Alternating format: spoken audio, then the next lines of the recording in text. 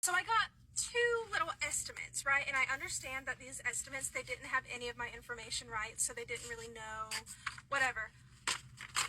Guess what the APR is on these estimates?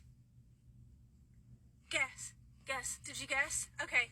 The Camry, the APR is 11.94%.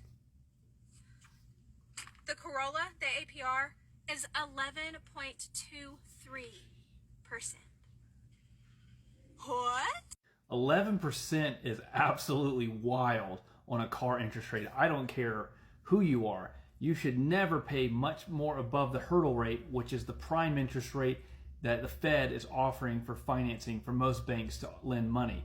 And let me share why. That Toyota Camry deal, as long as your credit is tier 1, that means 715 to 725 range, you should be able to get the Camry that she was looking at for 4.75% interest rate for 60 months. Or if she wanted to go with the Corolla, same terms apply, she could get a Corolla for 60 months at 4.75 here listed on Toyota Financial's website.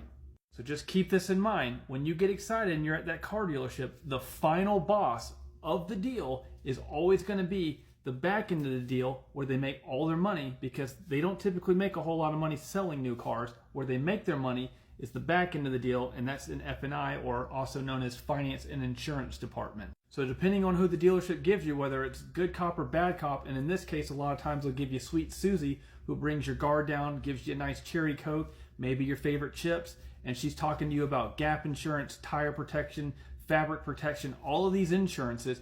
Again, you don't want any of them, but most importantly in this video is when you get an interest rate from a car dealership, there's two types of rates.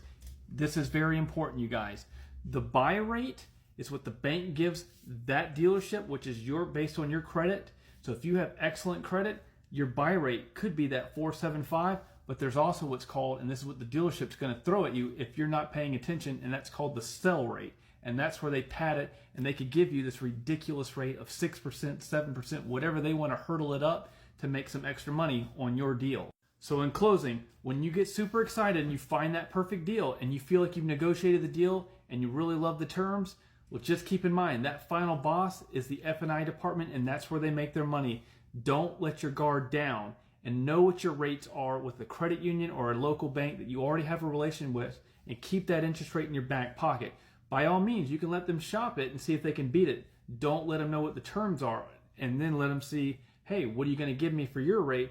And if it beats it, or the manufacturer gives you a better rate than what your bank can give you, by all means, go with them. But don't ever let them pad that deal and give you that crappy 11% seller rate. Thanks for watching. I'll see you guys on the next one.